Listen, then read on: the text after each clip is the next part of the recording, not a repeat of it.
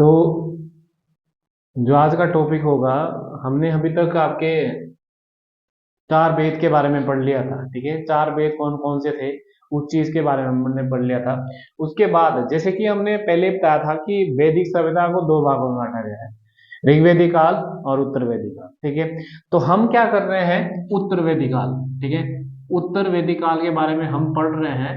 ठीक है, उत्तर वैदिक काल या उत्तर वैदिक काल जो आपका 1000 BC से लेकर 600 BC के बीच में क्या क्या हुआ है।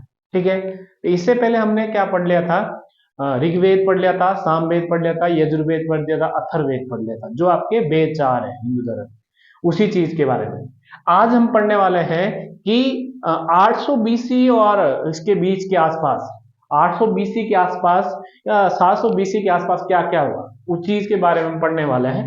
और इसमें एक और टॉपिक भी होगा उत्तर वैदिक काल में, जो कुछ रह गया हो हम आगे करेंगे उस चीज के बारे में। तो ब्राह्मण ग्रंथ के बारे में आपको थोड़ा पता होना चाहिए। ठीक है, ब्राह्मण ग्रंथ चीजें याद रखना। ब्राह्मण ग्रंथ जो ब्राह्मण, ब्रह्म का मतलब होता है, याद रखना, ब्रह्म भी कह सकते हो इसको, ब्रह्म। ब्रह्म मतलब कि यज्ञ। ठीक है, ब्रह्म मतलब यज्ञ। ठीक है, यज्ञ के द्वारा जो मंत्र उच्चारण किया जाता है, सरल भाषा में समझाने की कोशिश की जाती है। ठीक है, वो सारी चीजें। तो वेदों को सरल व्याख्या करने के लिए जो ब्राह्मण ग्रंथों की रचना की गई है उसे कहा जाता है। और ये आता है, ये गद्य में है, ये पद्य में नहीं है। गद्य में इसलिए कि जो हम समझ पाते हैं, थोड़ा बहुत समझ जाते हैं, संस्कृत का जो वाला रूप वो माना जाता है। ठीक है, यानी कि जो गद्य में लिखे गए हैं और ब्राह्मणों के द्वारा जब यज्ञ किया जाता है, जो मंत्र का उच्चारण किया जाता है, वही चीज है। यानी किस चीज को समझने के लिए, ऋग्वेद को समझने के लिए जो चीज की जाती है। तो मैंने आपको इस चीज के बारे में, बाकी मैंने आपको ब्राह्मण ग्रंथ के बारे में बहुत सारे लिखा दिए थे, तैत्तिरीय ब्राह्मण, शतपथ ब्राह्मण। अगर आपसे ये क्वेश्चन भी पूछा जाता है कि सबसे बड़ा ब्राह्मण कौन सा है, तो आप लिख सकते हैं शतपथ ब्राह्मण। ठीक है, शतपथ ब्राह्मण है अगर आप पूछे, वैसे मैंने लिखा दिया ये। ठीक है, बट मैं ये बता रहा हूँ कि सबसे बड़ा ब्राह्मण कौन सा है, शतपथ ब्राह्मण। वैसे मैंने आपको ऋग्वेद जब लिखा रहा था, मैंने उसमें ब्राह्मण लिखे थे, वही ब्राह्मण है इसके, वही ब्राह्मण है ये। ठीक है, उसके बाद है आर्य। हाँ, एक चीज आपने याद रखना है, क्योंकि आगे पता चलेगा, फर्क पता चलेगा आपको। वेदांग ये रहस्यवादी होते हैं, याद रखना, ये रहस्यवादी होते हैं। ठीक है, रहस्यवादी ग्रंथ होते हैं जिसको रहस्य छुपा होता है। ठीक है, ये रहस्यवादी होते हैं और वेदांग रहस्यवादी नहीं होते हैं। ये आपको, वो तो सिर्फ आपको ट्रांसलेट करने की बात की जाती है। ठीक है, उस चीज के बारे में। आरण्यक, आरण्यक का मतलब आप इससे समझ जाएंगे, आरण्यक का मतलब है जंगल, जो जंगल में लिखे गए हैं। ठीक है, उसको कहते हैं आरण्यक। ये जो जंगल में लिखे जाते हैं उसको बोलते हैं आरण्यक। यानी कि जंगल में जो लिखे जाने वाले जो ग्रंथ लिखे गए, उनको समझाने की कोशिश की गई, उसे आरण्यक कहते हैं। ये भी मैंने आपको लिखाया था। ठीक है, ये भी मैंने आपको वेद में बताया था कौन कौन से आरण्यक है, फलाना फलाना जो चीजें। ठीक है, तो वो चीजें आपको थोड़ा बहुत पता होना चाहिए कि क्या क्या चीजें हैं। ठीक है, उसके बाद है जी उपनिषद।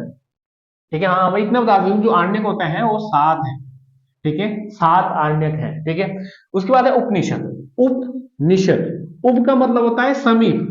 ठीक है, निषद का मतलब होता है आपका बैठना, यानी किसके, गुरु के सामने बैठना। जो भी चीजें बोल दी जाती है, टीचर के सामने आप बैठते हैं और जो कुछ वो बोलता है बौखली रूप से, उसको बोलते हैं उपनिषद। यानी कि गुरु के सामने जो भी मंत्र आप सीख रहे हो उसको बोलते हैं उपनिषद। ठीक है, समीप बैठना। ठीक है, तो उपनिषद ज्ञान मार्गी होते हैं, ज्ञान मतलब ज्ञान दे रहा होता है आदमी। ठीक है, ये सारी चीजें हैं इसमें।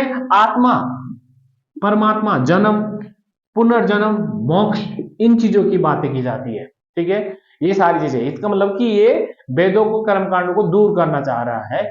ये मतलब कर्मकांड कुछ भी नहीं होते, ये सारी फलाना फलाना चीजें, परमात्मा, आत्मा रहती है। ठीक है, आत्मा कभी मरती नहीं है, वो रहती है, ये बता रहा है उपनिषद। ठीक है, अब टोटल कितने उपनिषद है, 108। जो प्रमाणिक हो चुके हैं वो है 12, जो प्रमाणिक हो चुके हैं वो है कितने हैं, 12। ठीक है, इस चीज के बारे में। अब सबसे बड़ा उपनिषद है बृहदारण्यक उपनिषद। याद रखना, जो बृहदारण्यक उपनिषद है वो सबसे 12 में से 108 में सबसे बड़ा है। हाँ, आपने एक चीज इसमें याद रखनी है, बृहदारण्यक उपनिषद में कहा गया है आपको असतो मा सदगम, जो आपने सुना होगा, असतो मा सदगम। ये आपने स्कूल में पढ़ा होगा, ऐसा सारी जगह पढ़ा होगा। तो इसका मतलब है इस चीज की, मतलब कि ये बृहदारण्यक उपनिषद में वर्णन है। ठीक है, उसके बाद सबसे प्राचीन कौन सा है, छांदोग्य उपनिषद, ये भी आपको पता होना चाहिए। और सबसे छोटा कौन सा है, मांडुक्य उपनिषद। ठीक है, तीन चीजें पॉइंट आपको इंपॉर्टेंट पता होनी चाहिए। उपनिषद मैंने उसी में बताया। ऋग्वेद में, ठीक है। तो वो मैंने उसी में बता दिया, आपने वही चीजें आपने करनी है, ठीक है। आपसे ये पूछा जा सकता है कि किसमें ये कहा गया है अतिथि देव हो। आपने सुना होगा कि अतिथि देव हो। अतिथि देव है तैत्तिरीय ब्राह्मण, तैत्तिरीय उपनिषद भी कह सकते हो आप, तैत्तिरीय ब्राह्मण जो मैंने आपको लिखा दिया था पहले यजुर्वेद में, ठीक है। तो वो आपको ये पूछा जा सकता है। तो ये सारी चीजें हैं। उसके बाद ये वेदांग, ठीक है। वेदांग होता है जब आप व्याकरण यूज करते हो कि बोलना कैसे है, ठीक है। ये जैसे उसमें जो व्याकरण आप यूज करते हो कि इसको किस लय से बोला जाता है, कहां से बोला जाता है, उसको बोलते हैं वेदांग। यानी कि कौन सा मंत्र किस हिसाब से किस ध्वनि से बोला जाए। सरल शब्दों में ये समझे कि उसको समझाने के लिए जो टोन यूज की जाती है उसको बोलते हैं वेदांग, ठीक है। तो उसको वेदांग बोलते हैं। इसलिए आपको वेदांग आपके 6 है, कुल संख्या कितनी है, 6 है। शिक्षा, कल्प, व्याकरण, निरुक्त, छंद, ज्योतिष, ठीक है। ये आपके क्या है, प्रमुख 6 वेदांग हैं। तो ये आपको याद करने हैं अच्छी तरह से, ठीक है। तो ये आपको इंपॉर्टेंट है। उसके बाद है पुराण। पुराण का होता है पुरानी व्याख्यान, यानी पुरानी चीजों, प्राचीन की व्याख्या है। प्राचीन कौन से हो गए, राजा।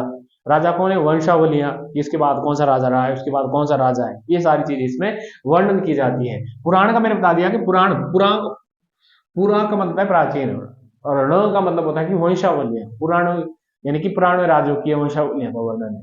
ये अशोक के बाद कौन राजा रहा, हर्षवर्धन के बाद क्या रहा, ये क्या बता, कौन बताते हैं, पुराण बताते हैं, ठीक है। तो ये सारी चीजें हैं, मैंने बताया भी है कि प्राचीन वंशावलियां, जो आपको आगे भी पता हूँ कौन कौन सी वंशावलियां, एग्जाम्पल। इसके रचयिता क्या है, रोमहर्ष।